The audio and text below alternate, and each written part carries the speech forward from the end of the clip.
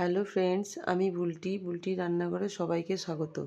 আশা করি তোমরা সবাই ভালো আছো আর আমিও ভালো আছি। চলো দেরি না করে শুরু করা যাক। আজ আমি বানাবো নিরামিষ পাঁচমেশালি তরকারি।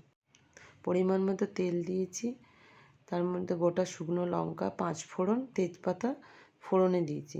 কেটে রাখা সবজিগুলো তেলের মধ্যে দিয়ে ভালোভাবে নাড়াতে হবে। 2 মিনিটের জন্য ঢাকা দিয়েছিলাম যাতে সবজিগুলো ভালোভাবে সেদ্ধ হয়ে যায়।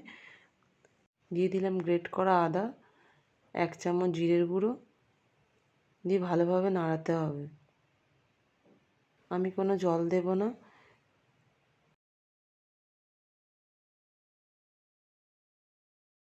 তার সাথে অ্যাড করব 1 চামচ লঙ্কার গুঁড়ো,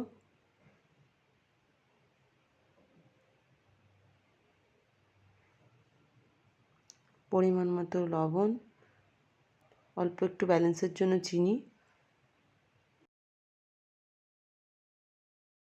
2 মিনিটের জন্য ঢাকা দিয়ে রাখবো।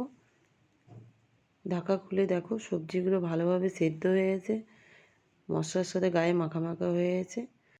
ওপর থেকে ধনেপাতা ছড়িয়ে দিলে পাঁচমেশালি নিরামিষ তরকারি আমাদের রেডি।